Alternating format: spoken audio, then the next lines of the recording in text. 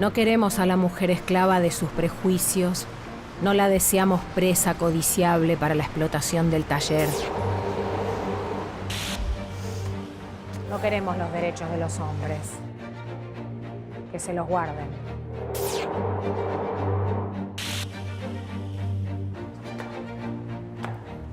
Lucharé en el movimiento feminista hasta conseguir los derechos civiles y políticos para todas las mujeres. La palabra feminismo suele producir cosquillas en almas humanas, pues el feminismo es el ejercicio del pensamiento de la mujer. Hermanas mías, todas ellas.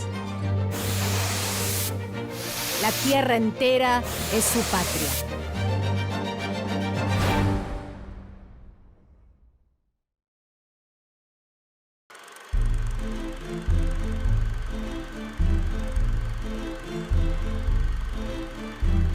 La situación general de las mujeres desde finales del siglo XIX hasta principios del siglo XX, de hecho hasta que se sanciona el nuevo Código Civil en 1926, era de menor de edad. No tenía derechos civiles, no tenía derechos económicos, no tenía derechos de ciudadanía. Para trabajar tenía que tener autorización del marido y el administrador de lo que obtenía por su trabajo también era el marido. Y ya desde mediados del siglo XIX nos encontramos con que hay grupos de mujeres que discuten derechos. Obviamente los llamados derechos políticos eran no derechos políticos. Derechos que se suponen universales. Todas las mujeres tienen la capacidad para manejar su propio dinero. Todas las mujeres, más allá de su estatus civil, tienen derecho a ejercer su autonomía. Todas las mujeres pueden votar. Todo eso no existía.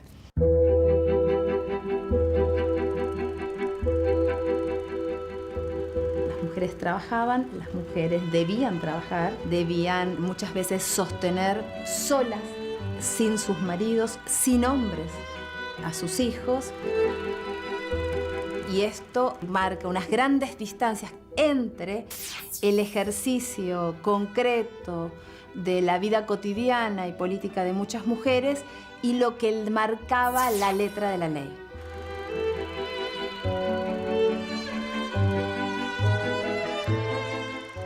Hubo un código civil llamado Código Vélez Sarsfield, donde se va a afirmar en ese camino de desposesión formal de derechos hacia las mujeres que justificaron legalmente la inferioridad que no es natural y nunca la fue.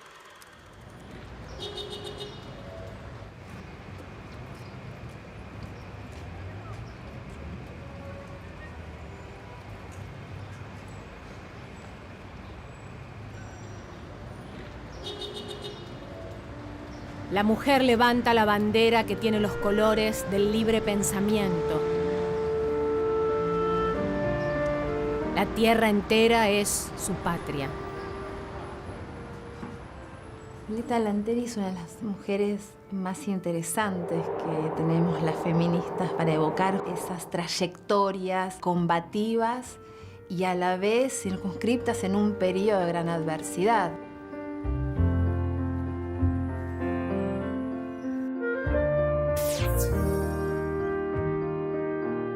Para mí fue una gran luchadora por los derechos al voto de las mujeres.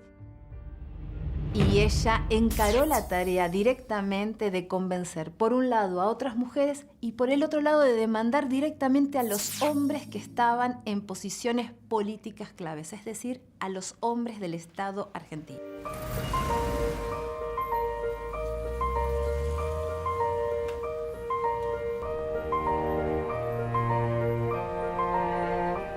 El tipo femenino que representa Lanteri, que es el de una mujer independiente que hizo una carrera universitaria y que dedica su vida, en primer lugar, a la medicina, y esto tenía que ver mucho con el trabajo social en los hospitales. y en segundo lugar a la militancia feminista. Y esto tiene que ver con la obtención de derechos civiles por parte de las mujeres.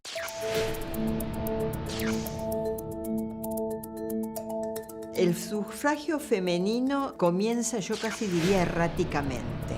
Las mujeres sanjuaninas, que son las primeras, en la década de los 60, finales de 1860, reclaman derecho a voto. Sarmiento se los concede en lo que son las elecciones, llamémosle municipales.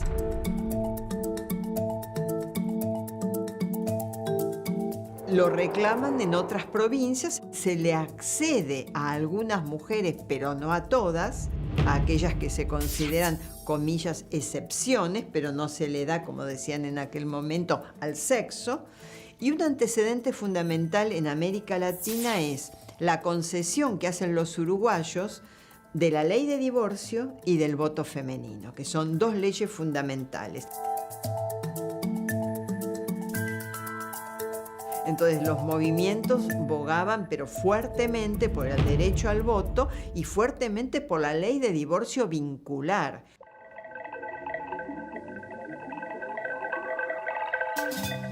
La influencia del varón se ha dejado sentir siempre, y en su infinita pequeñez la mujer ha sido llamada a crear nada. Esa vida de indiferencia y abandono ha obligado a la mujer a ver y a sufrir el dolor de sus congéneres con una estoicidad rayana en la inconsciencia. Mientras que el hombre piensa, estudia y trabaja y jamás siente saciedad del saber, ¿por qué la mujer se detiene? ¿Por qué la mujer se detiene? De ninguna manera debe admitir esto.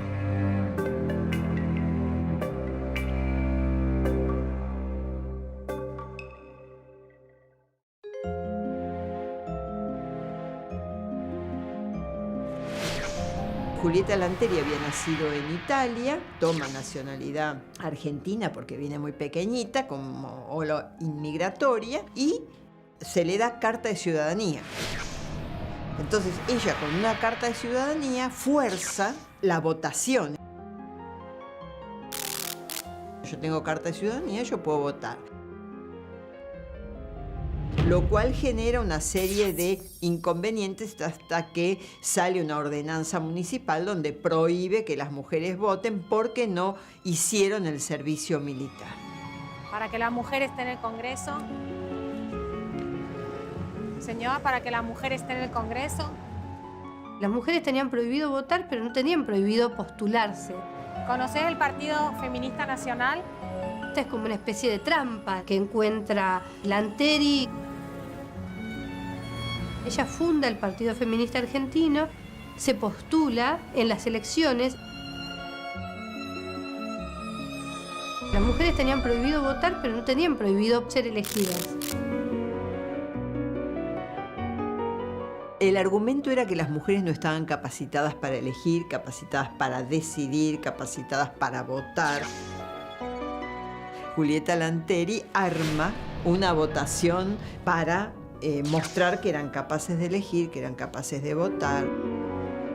Lo que en filosofía llamamos un contrafáctico. A ver, pongámoslo en práctica y mostremos.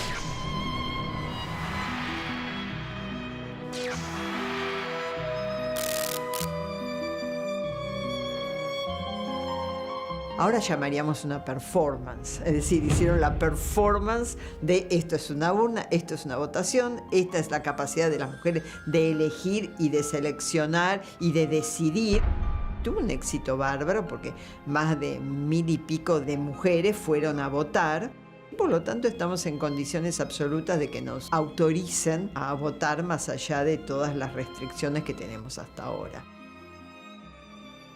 Mucho más disruptivo de lo que puede ser ahora hacer un piquete o salir a la calle por ni una menos. era altamente disruptivo, llamaba la atención, de alguna manera otros repartían los volantes, los flyers, ellos repartían las consignas, los... así tipo folleto, ¿no es cierto? Muchas veces con imagen y poca palabra porque había muchísimo analfabetismo, entonces realmente era muy chocante. La mujer estaba confinada en el espacio privado y una mujer pública ya se sabe lo que significaba y sigue significando.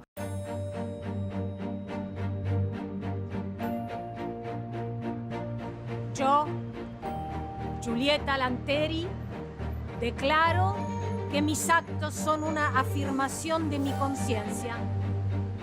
Y es por esto que lucharé en el movimiento feminista hasta conseguir los derechos civiles y políticos para todas las mujeres y que podamos construir junto a los hombres una patria libre. Esta es mi causa.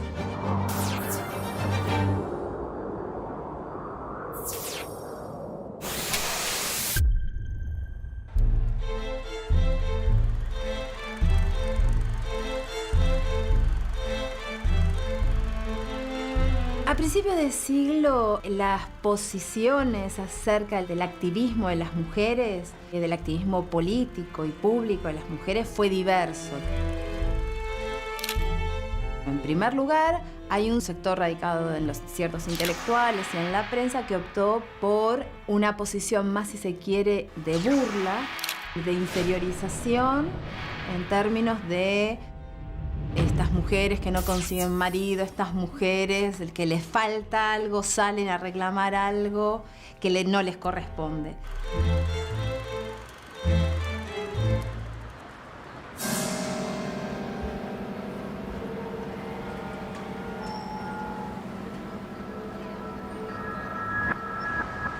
Carolina Musili era, sobre todas las cosas, una trabajadora.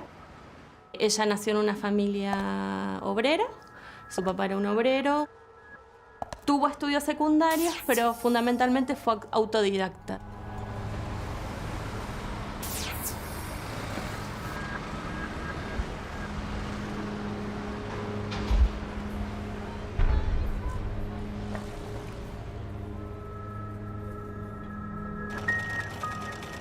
Desde muy joven hace todo un trabajo de denuncia de las condiciones de trabajo de las mujeres y los niños. Y además participa muy activamente en lo que era la vida social y política y cultural dentro de los roles que estaban ligados más a mujeres de otro sector social.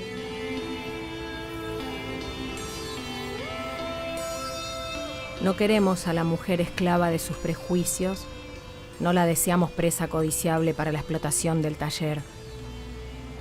Queremos que obtenga los derechos que le corresponden como ser humano y que pueda participar en el elevado banquete del espíritu. Ojalá no esté lejano el día que adquiera ese derecho. Lo logrará cuando sea alejada del taller y de la fábrica, donde hasta el presente marchita su juventud.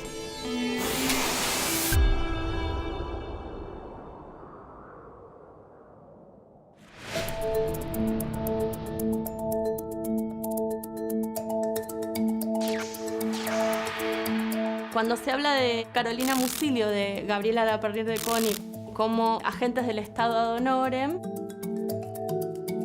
tiene que ver con su lugar como inspectoras de trabajo. Tuvieron por misión ir a fábricas, talleres y registraron las condiciones de trabajo de esos lugares.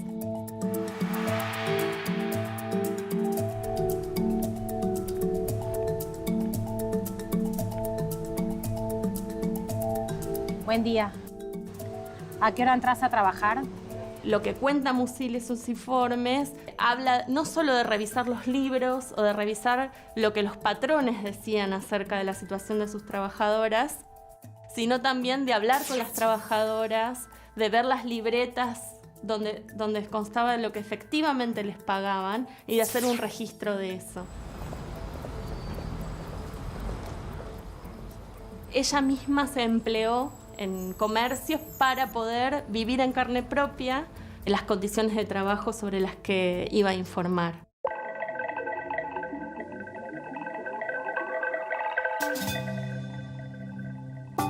Carolina participa llamando a las mujeres en 1912, cuando surge la ley Sáenz Peña, a participar de los espacios en los que se definen los candidatos del Partido Socialista.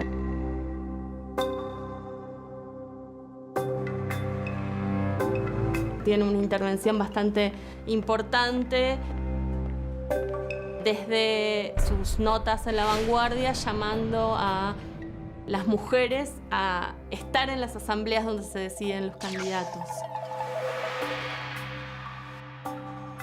pese a no tener el derecho al voto.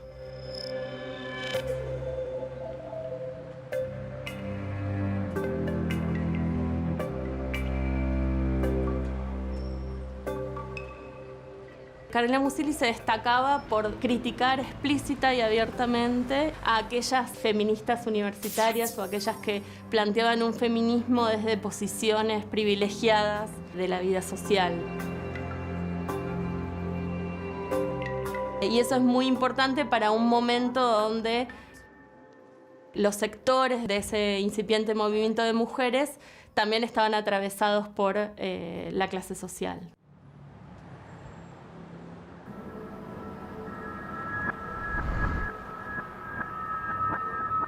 Yo llamo feminismo de diletantes a aquel que solo se interesa por la preocupación y el brillo de las mujeres intelectuales. Es hora de que el feminismo deportivo deje paso al verdadero, que debe encuadrarse en la lucha de clases. De lo contrario, será un movimiento elitista, llamado a proteger a todas aquellas mujeres que hacen de la sumisión una renuncia a su derecho a una vida mejor. Abomino la idea de humildad, porque doy mi apoyo a quienes exigen bienes que les corresponden, por vivir en un país donde se recita: todos somos iguales ante la ley.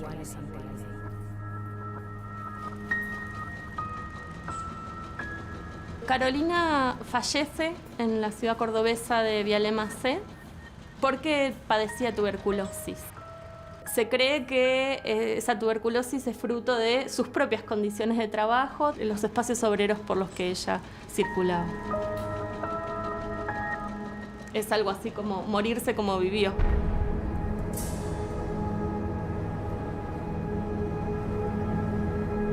Yo sueño con formar un sector femenino dentro de mi partido, consagrado a las mujeres del pueblo, hermanas mías todas ellas, de las cuales solo me he apartado para estudiar de cerca al enemigo. Este sector, vigorizado y engrandecido, echará las bases de una legislación que reconozca nuestros derechos. Nos dará la fuerza para liberarnos.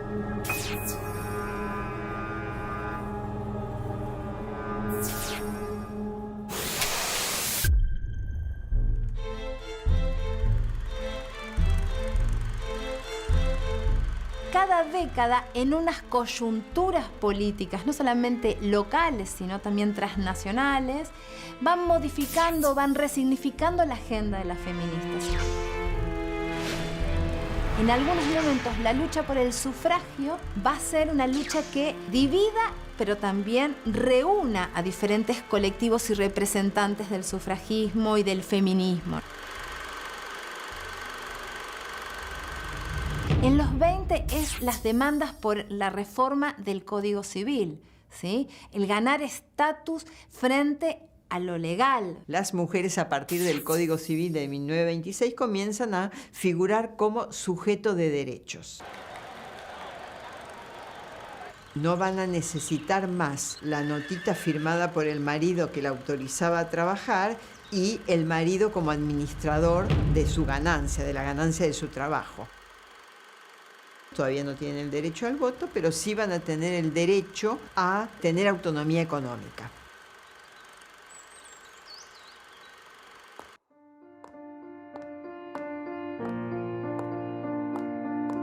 Sin dudas Salvadora Medina Honrubia es una mujer excepcional según los cánones de época, según lo que se esperaba de una mujer en los años 20, 30 y 40. Yo me llamo Salvadora.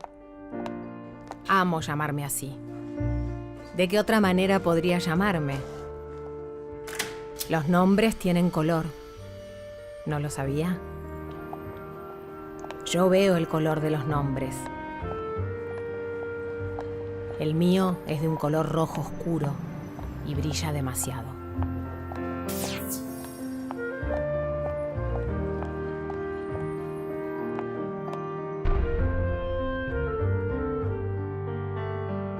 Ella nace en La Plata, se va rápidamente a Gualeguay con su madre y su hermana. El padre es una figura bastante ausente en su familia. Y es maestra rural. Como maestra rural conoce a los chicos más pobres, a la miseria extrema, y los retrata en cuentos que después envía a Fray Mocho, una revista ilustrada absolutamente moderna de Buenos Aires. Muy joven, en 1914, con muy pocos años, llega a Buenos Aires con un hijo natural, como se decía en la época, producto de un amorío ocasional con un abogado de provincias. Pero también llega a Buenos Aires, a ese Buenos Aires de 1914, con un manuscrito abajo del brazo, que va a ser su primera obra de teatro, el más fuerte. La primera obra de teatro escrita por una mujer de temática anarquista.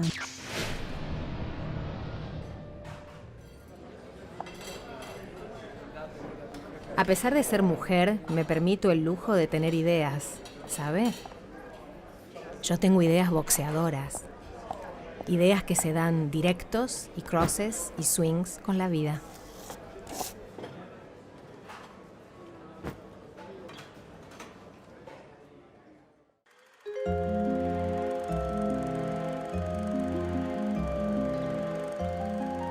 La división entre el espacio público y el espacio privado doméstico era sumamente rígida.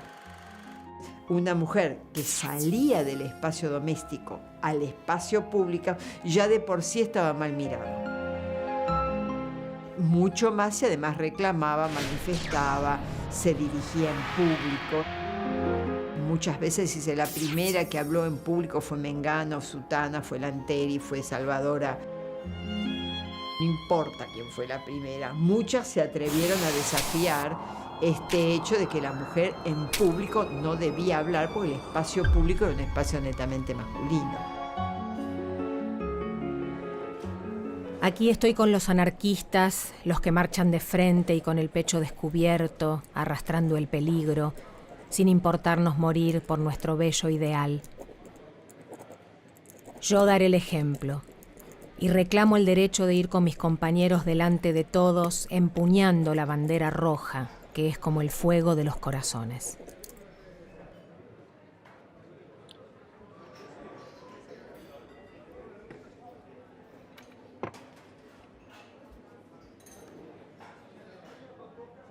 Madre soltera, escritora anarquista, sola en Buenos Aires, futura esposa del magnate de la prensa, Natalio Botana. Esos ideales del anarcofeminismo se sellan literariamente, por ejemplo, en su obra Las Descentradas. ¿Quiénes son las descentradas entonces? Son estas mujeres valientes, con talento, con ideas boxeadoras, que se atreven a decir lo que quieren en público, a hablar en lunfardo como los varones, a usar pantalones, a fumar, pese a la condena de la infelicidad. Las descentradas, como Salvadora y como el alter ego de su obra, no tienen la posibilidad de ser felices en una sociedad hipócrita como la que se vivía en el momento, según Salvadora.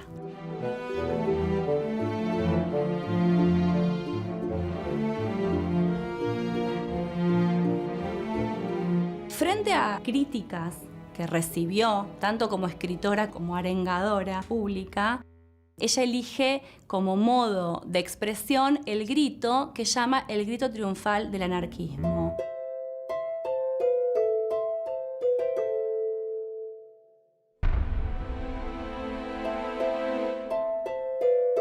siempre tuvo algo para decir en las principales reivindicaciones de las mujeres. Frente al amor libre, a la llegada de los hijos, a la maternidad, al sufragio femenino, siempre tuvo algo para decir. Somos las que sufrimos y nos rebelamos a nuestra condición estúpida de muñecas de bazar. Saber ser mujer es admirable y nosotras solo queremos ser mujeres en nuestra espléndida feminidad. No queremos los derechos de los hombres. Que se los guarden. Que se los guarden.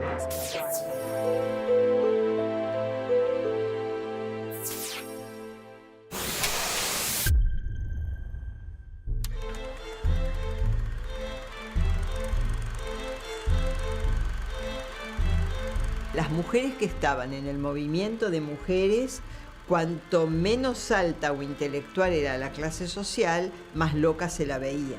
Porque una cosa es ser excéntrica y otra cosa es ser loca. Una cosa es tener una pariente excéntrica que se ocupa de los derechos de una mujer y otra cosa es tener una vecina loca que descuida a su niño, descuida su casa, descuida a su familia para salir a vociferar en la calle reclamando derechos. Una óptica que hasta el día de hoy más o menos se mantiene en ciertos sectores sociales. Fueron voces que comenzaron a enunciar en una voz propia, ¿sí? Es decir, demandas y derechos ya no por otros desvalidos, otras desvalidas, sino por ellas mismas.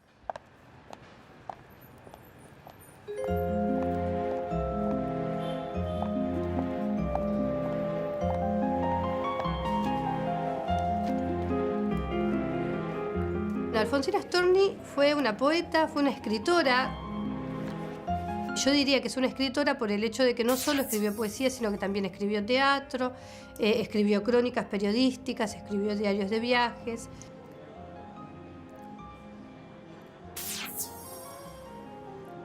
Tuvo algo que no le sucedió a todos los escritores, que es que tuvo bastante éxito de público.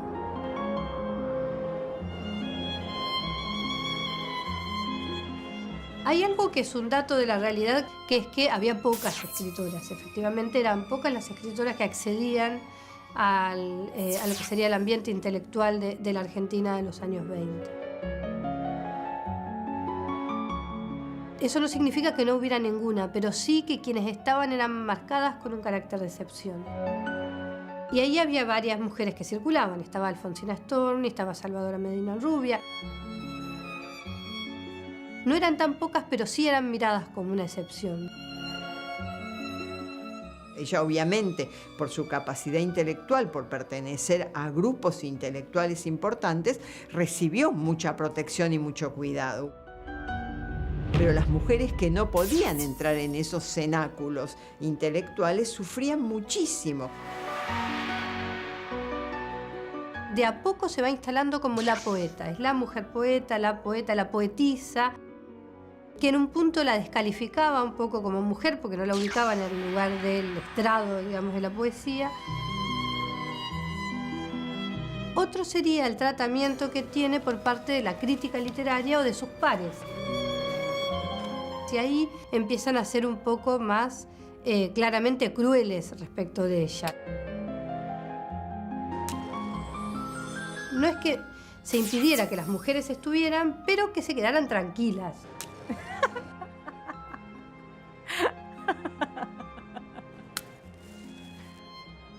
La palabra feminismo, tan fea, suele producir cosquillas en almas humanas. Cuando se dice feminismo, para aquellas almas, se encarama por sobre la palabra una cara con dientes ásperos y voz chillona. Sin embargo, hoy no hay una sola mujer que no sea feminista. Podrá no querer participar en la lucha política. Sin embargo, desde el momento en que piensa y discute en voz alta las ventajas y los errores del feminismo, es ya una feminista, pues el feminismo es el ejercicio del pensamiento de la mujer.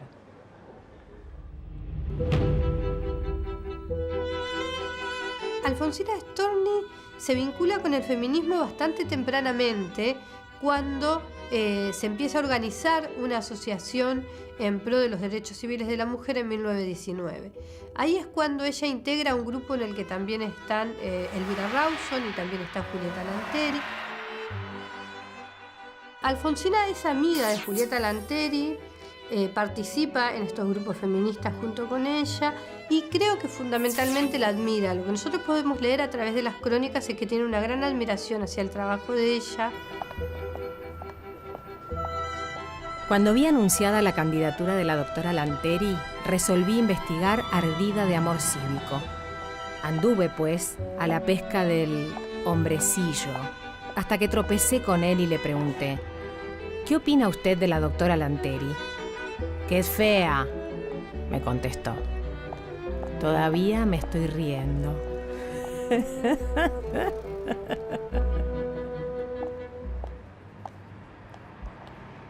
Estas mujeres fundamentalmente se las veía como, bueno, un poco descentradas, como dice Salvadora Medina Honrubia en su libro, ¿no es cierto? Un poco descentradas. Una esposa y madre no hace esas cosas. Por otro lado, están las descripciones de que eran feas, desaforadas, mal vestidas, desalineadas, masculinas. Hay como un rechazo fuerte que pasa desde el descrédito moral al descrédito estético y a esta cosa de incumplimiento de sus deberes, que son y siguen siendo mandatos sociales muy fuertes.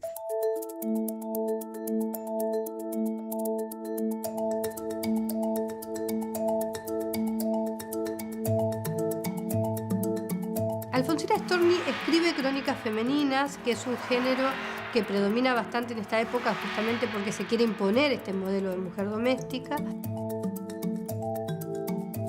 Y cuando se coloca en ese lugar, en tener que armar, digamos, la columna femenina, ella lo que critica fundamentalmente es el modelo de mujer de clase media. Esto quiere decir el estereotipo de la niña protegida en un hogar y educada solamente para llegar al matrimonio. Esto es lo que critica fundamentalmente, pero también critica otros estereotipos femeninos que son, por ejemplo, el de las mujeres trabajadoras que en lugar de preocuparse por hacer bien su trabajo o tomar esa profesión en serio, se preocupan por su apariencia. A ella lo que la irrita y la enoja mucho es que la mujer solo esté preocupada por su apariencia. Alfonsina Storni, cuando escribe en la revista La Nota, dedica varias crónicas a cuestiones que tienen que ver con el feminismo, los derechos civiles feministas, el divorcio, y una en especial se va a dedicar al simulacro de sufragio femenino. Da cuenta de la cantidad de mujeres que votaron y de cuáles son las nacionalidades, que esta es una pregunta que ella se hace, que es de qué nacionalidades son las mujeres que efectivamente van a votar a las urnas que están en las plazas. ¿Qué mujeres prefieren quedar en el anonimato y cuáles no en el momento de la votación?, que es otra de las cosas que ella observa. Y finalmente da un recuento de votos.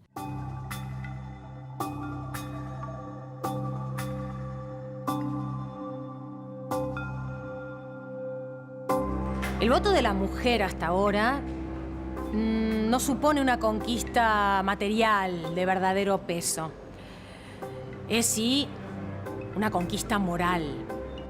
Ha obedecido, más que a necesidades y propósitos materiales, a una evolución ideológica, a un cambio intelectual de apreciación de la mujer. Es una devolución que hace la inteligencia del hombre a lo que impuso nuestra fuerza.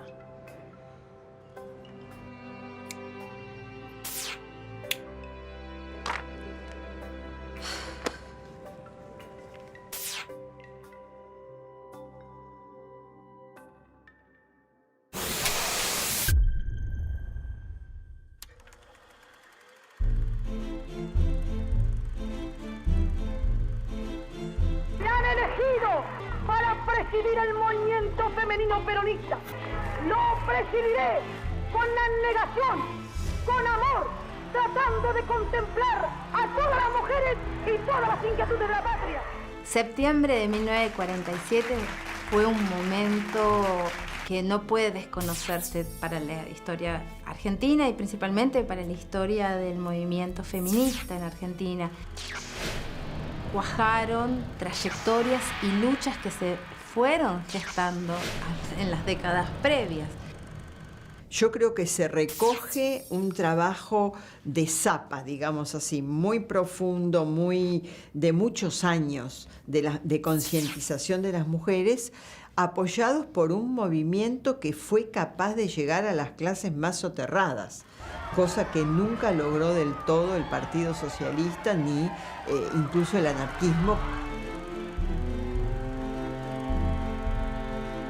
La conquista del voto femenino es una conquista colectiva que fue canalizada por Eva Duarte de Perón, por ciertas mujeres del Partido Justicialista, sí, pero en base a toda una larga, compleja, contradictoria historia compartida.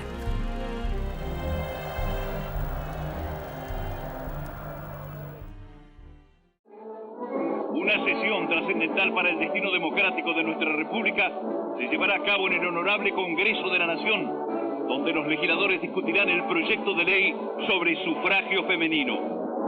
En Buenos Aires, a los 9 días del mes de septiembre de 1947, siendo las 16 horas y con la presencia de 92 legisladores, se dará lectura a los despachos de la Comisión de Asuntos Constitucionales sobre el proyecto que hoy tratan los derechos políticos de la mujer. Bien, señores, queda aprobada por unanimidad. El debate se potencia porque es parlamentario, pero al mismo tiempo se restringe porque no participan los grandes grupos de mujeres, lo que llamaríamos el movimiento amplio de mujeres, porque no tienen representación parlamentaria estas mujeres. Recibo en este instante de manos del Gobierno de la Nación la ley que consagra nuestros derechos cívicos y la recibo ante vosotras con la certeza de que lo hago en nombre y representación de todas las mujeres argentinas. A partir de ahí podemos reconocer derechos de ciudadanía de las mujeres. Hay una agenda nutrida, una agenda muy rica de objetivos que no se limitan al voto. El voto es importante, pero el voto es importante si se concienciza a las mujeres para que las mujeres se den cuenta que tienen que votar. Hubo mujeres que después de 40 años de lucha feminista y sufragista decidieron no apoyar el voto femenino, la sanción del voto femenino, porque venía de la mano de un partido y de un gobierno al cual no suscribían. Demostró que las feministas eran humanas y tenían posiciones políticas que entraban en tensión, muchas veces unas con las otras. De las tensiones y de las disputas también se consolidan los marcos de derechos, también se consolidan los cambios históricos.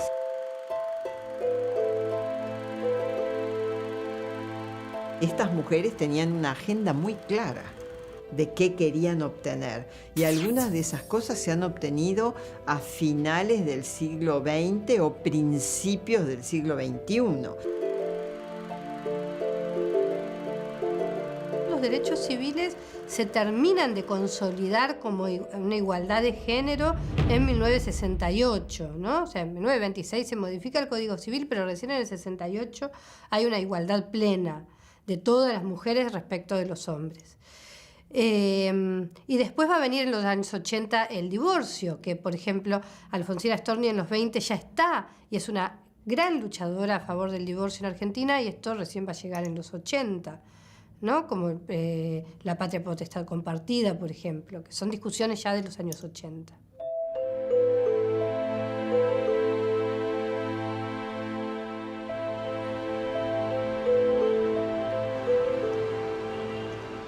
Yo creo que a pesar de que hay una mayor conciencia social, todavía hay que trabajar mucho respecto de las situaciones de violencia y de subordinación de las mujeres en la sociedad. Y esto no es solo una cuestión de derechos, es una cuestión más bien social. En este momento yo apuntaría a dos deudas. Uno es el tema del aborto y los derechos sexuales y reproductivos sobre el propio cuerpo. Lo segundo que me parece que hay que debatir fuertemente es el tema de la representación de cupos en el Parlamento. Si las mujeres en este país somos el 52% de la población, yo no digo que tengamos el 52% de representación parlamentaria, pero por lo menos discutir el 50%.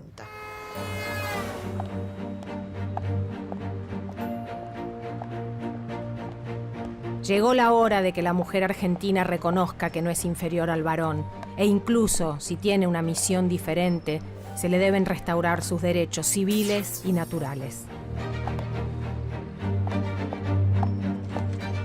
Hoy siento una gran piedad por la mujer, y como la amo tanto ideológicamente, me veo obligada a atacarla, para defenderla, para así exaltar a la mujer futura. Cuando una mujer quiere algo y lo desea, entonces se hace fuerte, se hace grande y logra que se haga carne en ella el ideal que quiere. Arden fogatas de emancipación femenina, venciendo rancios prejuicios y dejando de implorar sus derechos, que no se mendigan, se conquistan.